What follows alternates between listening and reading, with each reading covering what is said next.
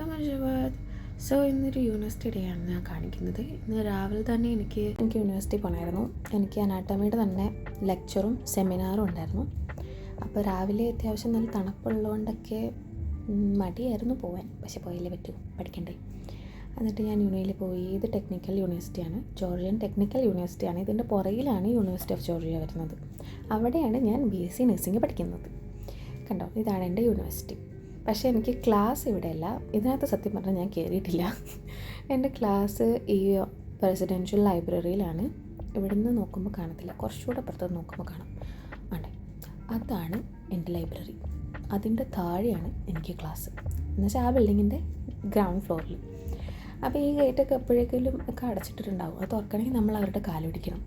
ഞാൻ ലേറ്റൊന്നുമല്ല, ഞാൻ കുറച്ച് നേരത്തെയാണ്. ലൈബ്രറിയിലൊക്കെ കയറുമ്പോൾ ഭയങ്കര സൈലൻ്റായിട്ട് കയറണ്ടേ. എൻ്റെ ചെരുപ്പ് ഇച്ചിരി ഒച്ച വെച്ചതിന് അവിടെ ഇരുന്ന ജോർജിയൻ ചേച്ചി എന്നെ കണ്ണ് വിളിപ്പിച്ച് കാണിച്ചു. പിന്നെ നമ്മൾ ഈ ഇങ്ങനെ ഇറങ്ങിപ്പോണേ സ്റ്റെയറിന് എന്നാണ്ട് പറയുമല്ലോ, അതിങ്ങനെ ഇറങ്ങിപ്പോണം. ഇതിങ്ങനെ ഇറങ്ങിപ്പോകുമ്പോൾ അതാണ് എൻ്റെ ക്ലാസ്. ഞാൻ ഇങ്ങനെ മെല്ലെ മെല്ലെ ഇറങ്ങിപ്പോയി. ക്ലാസ്സിൽ നോക്കിയപ്പോൾ ഞാൻ മാത്രമേ ഉള്ളൂ. അപ്പോൾ പിന്നെ ഞാൻ അവിടെ കണ്ട് ഏതെങ്കിലും ഒരു സീറ്റിൽ പോയി ഇരിക്കാമെന്ന് വിചാരിച്ച് പോയിരുന്നു. കുറച്ച് കഴിഞ്ഞപ്പം സാറും പിള്ളേരും ഒക്കെ വന്നു തുടങ്ങി. അതാണ് എൻ്റെ സാർ. ഒച്ചയൊന്നും ഉണ്ടാക്കരുത് കേട്ടോ, അതുകൊണ്ട് പയ്യെ പറഞ്ഞു.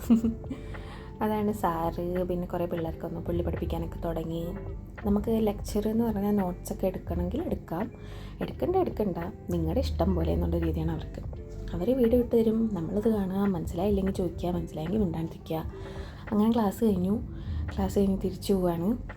ഈ സ്റ്റെപ്പ് തന്നെ കാണും. എൻ്റെ പേരിന് എന്താണ്ട് ഒരു സ്റ്റെപ്പ്. ഇതിങ്ങനെ കയറി കഴിഞ്ഞ് ക്ലാസ് ഇറങ്ങിയപ്പം അടുത്ത് പൂട്ടിയിട്ടേക്കും. പുള്ളി തന്നെ വന്ന് പൂട്ടിയത്, എന്തിനാണ് വന്നത്. അത് കഴിഞ്ഞിട്ട് എൻ്റെ കൂടെ ഉണ്ടായിരുന്ന കുറേ മലയാളി പിള്ളേർ പറഞ്ഞു, മലയാളിയാണെങ്കിൽ ഞങ്ങളുടെ കൂടെ പോരെ, ഞങ്ങൾ വേറെ വഴി കാണിച്ചു തരാം. അപ്പോൾ ഞാൻ പിന്നെ അവരുടെ കൂടെ പോയി. ആ പോകുന്ന വഴിക്ക് ഞാൻ കുറേ പ്രാവുഞ്ഞളൊക്കെ കണ്ടോ. ഇപ്പോൾ കാണിച്ചു തരാവേ. കണ്ടു, ഇവിടെ കുറേ, നമ്മുടെ നാട്ടിൽ കാക്ക പോലെ ഇവിടെ പ്രാവ്. ഇവിടെ കുറേ പ്രാവുണ്ട്. എവിടെ നിന്ന് വരുന്നതാണോ എന്തോ.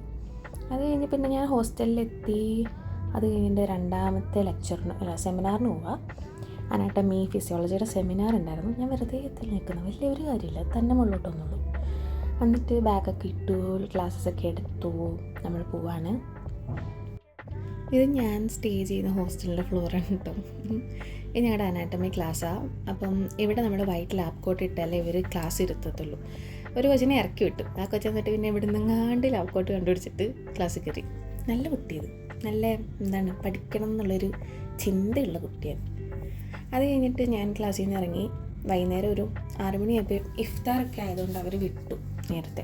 ഈ സ്കൂൾ ബസ് ഉണ്ടോ, ഈ നമ്മൾ പണ്ടൊക്കെ പേപ്പറിൽ വരയ്ക്കൂലേ, ബസ്സൊക്കെ വരയ്ക്കാൻ പറയുമ്പോൾ അങ്ങനെയുണ്ട്. അത് കാരണം നല്ല രസമുണ്ടായിരുന്നു ഞാൻ എടുത്തതാണ്. പിന്നെ സൂര്യനൊക്കെ മെല്ലെ വന്ന് താഴ്ന്നു തുടങ്ങി. അപ്പോൾ ഇന്നത്തെ യുദ്ധം അവസാനിപ്പിച്ച് ഞാൻ തിരിച്ചു പോവാണ്. അപ്പോൾ ഇത്രയേ ഉള്ളൂ. ഇത്രയും നേരം കണ്ടതിന് ഒരുപാട് നന്ദിയുണ്ട്. ടാറ്റാ.